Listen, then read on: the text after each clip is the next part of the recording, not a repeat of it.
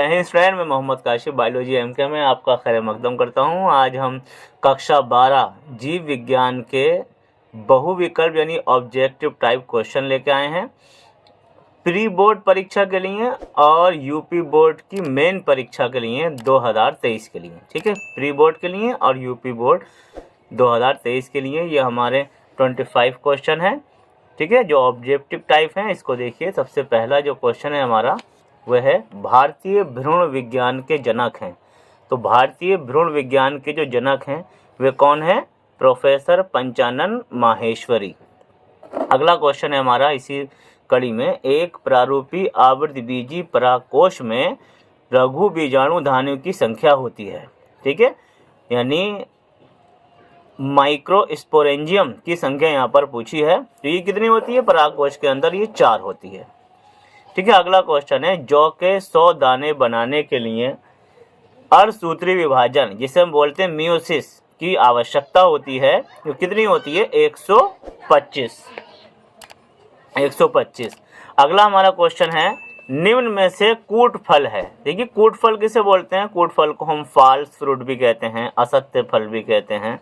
ठीक है, और इनका जो निर्माण होता है वे किससे होता है? अंडाशय से ना होकर पुष्पासन से होता है। और इसमें आपका क्या आएगा? सेब आएगा। यानी सेब हमारा कूट फल है, यानी फ्रूट कहता फॉल्स फ्रूट है, ये असत्य फल है। इसके अलावा अब अगला क्वेश्चन है हमारा इसमें, यानी 4 क्वेश्चन हमारे कंप्लीट हो चुके हैं ऑब्जेक्टिव टाइप।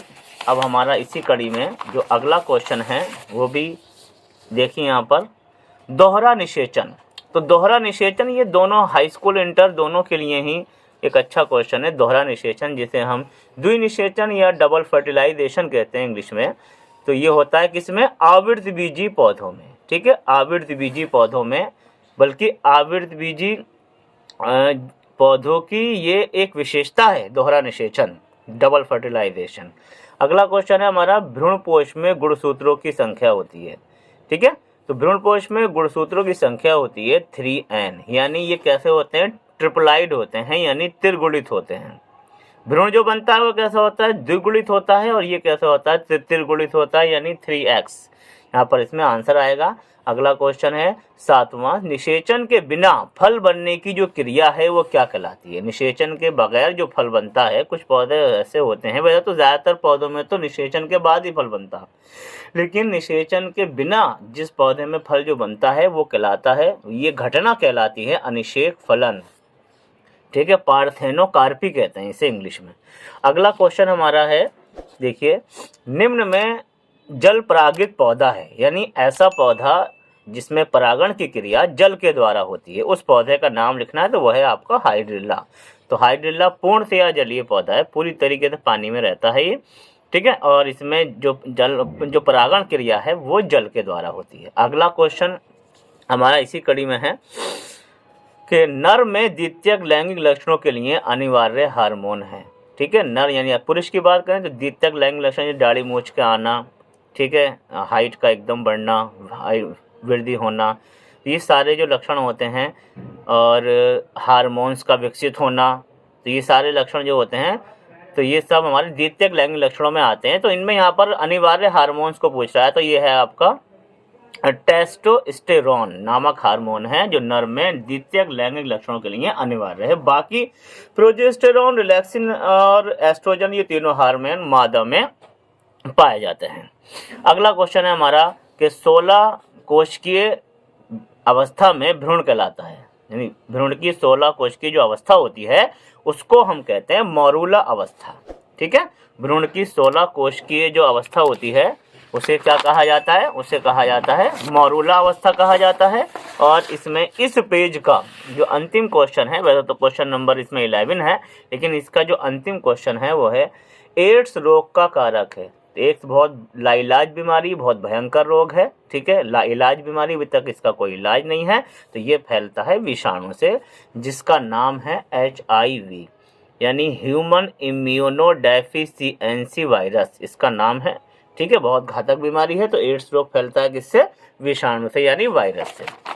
अगला क्वेश्चन हमारा है क्वेश्चन नंबर 12। तो क्वेश्चन नंबर 12 के लिए अगर बात करें हम, पुरुष से संबंधित है, तो पुरुष से संबंधित यहाँ पर परिवार नियोजन की क्या दे रखा है, विधियां दे रखा है। अब इसमें कौन सी विधि है जो पुरुष से संबंधित है, तो वह है आपकी वैसेक्टोमी।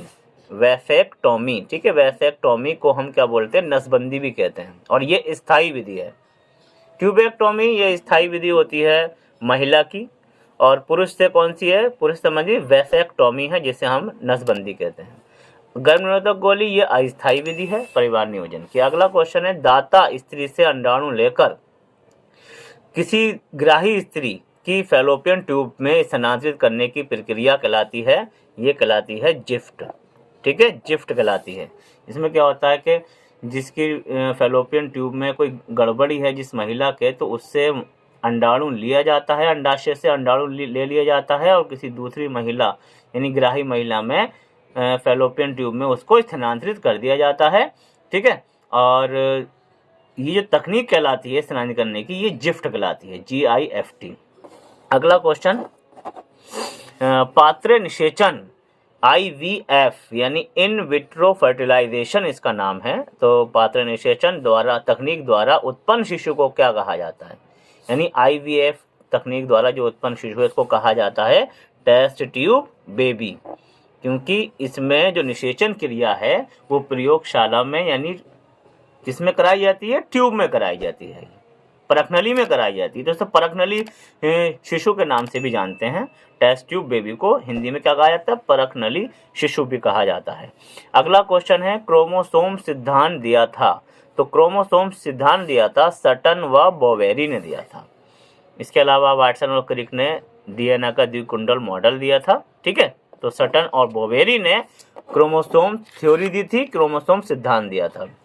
अगला क्वेश्चन देखिए हमारा है, मेंडल ने अपने आनुवंशिकता के जो प्रयोग किए, ठीक है, वो किए किस पर, सभी को मालूम है, उद्यान मटर। यहाँ पर देसी मटर भी दे रखा है, इसमें कंफ्यूज मत होना, ठीक है। यहाँ पर क्या लिखना है आपको, उद्यान मटर यानी गार्डियन पी पर किए थे, जिसका फूल कैसा होता है, बैंगनी या लाल रंग का होता है।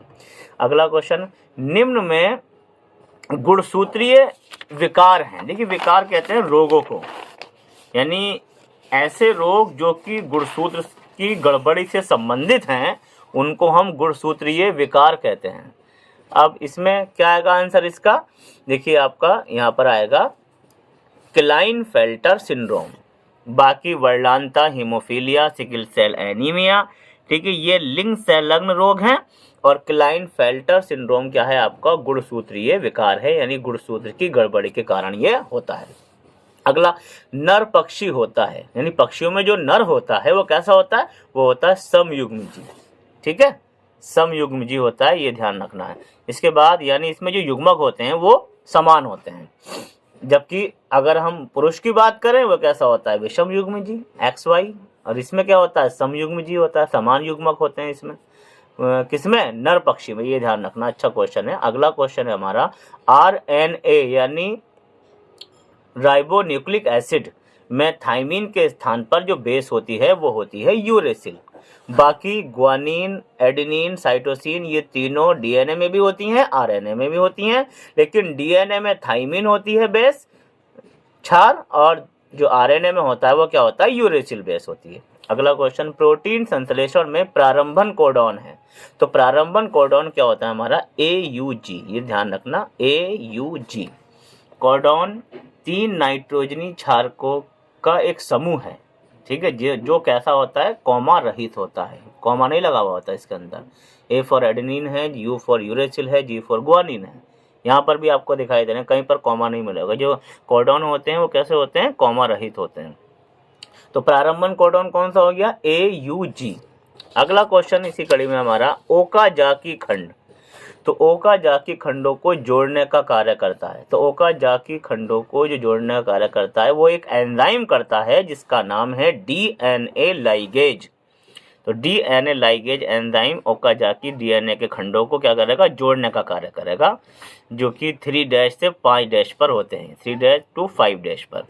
आणविक कैंची क्या करता है, तो आणविक कैंची का नाम है रेस्ट्रिक्शन एंडोन्यूक्लियेज एंजाइम, और ये DNA खंडों को काटने का काम करता है। जबकि यहाँ पूछा गया है ओकाजाकी खंडों को जोड़ने का कार्य करता है, तो नाम आएगा आपका DNA लाइगेज एंजाइम। ठीक, अगला क्वेश्चन है हमारा, एंटीकोडॉन स्थित होते हैं। तो एंटीकोडॉन बनाता कौन है, यानी कहाँ पर पाए जाते हैं, तो ये टीआरएनए यानी ट्रांसफर आरएनए में ये पाए जाते हैं, स्थानांतरण आरएनए में ये पाए जाते हैं। अगला क्वेश्चन हमारा जो 23वां क्वेश्चन है उसको देखिए, विषाणु का आनुवंशिक पदार्थ होता है। तो विषाणु यानी वायरस पूछा है ना, वायरस का जो आनुवंशिक पदार्थ होता है तो डीएनए या आरएनए में से एक होता है, या तो डीएनए होगा आनुवंशिक पदार्थ या आरएनए होगा, एक होगा, ना तो आरएनए होगा ना डीएनए होगा। मतलब क्या होगा, या तो डीएनए हो सकता है या आरएनए हो सकता है, दोनों में से कोई भी हो सकता है। और इसका अंतिम क्वेश्चन है यहाँ पर 24वां, मानव जीनोम में कोडोनों की संख्या कितनी होती है। तो मानव जीनोम में जो कोडोनों की संख्या होती है वो 64 होती है, यानी 64। मानव जीनोम में कोडोन कितने होते हैं, 64 यानी 64 होते हैं। एक क्वेश्चन और है 25वां, वो मैं आपको ऐसे ही मुद्दबानी बता देता हूँ। अगर ये पूछता है कि हमारे समापन कोडोन कितने होते हैं, तो समापन कोडोन जो होते हैं, देखिए वो यहाँ पर दे ही रखा है, मैं आपको बता देता हूँ। समापन, ये तो प्रारंभन कोडोन बताया था मैंने आपको यहाँ पर AUG, तो समापन कोडोन होते हैं 3, UAA, UAG और UGA। ये तीनों ही कैसे होते हैं, हमारे समापन कोडोन होते हैं। अब हमारी ये तीनों वीडियो समाप्त हो चुकी हैं। ये वीडियो अच्छी लगी तो इसे लाइक कीजिए, शेयर कीजिए और हमारे चैनल बायोलॉजी MK को सब्सक्राइब कीजिए। शुक्रिया।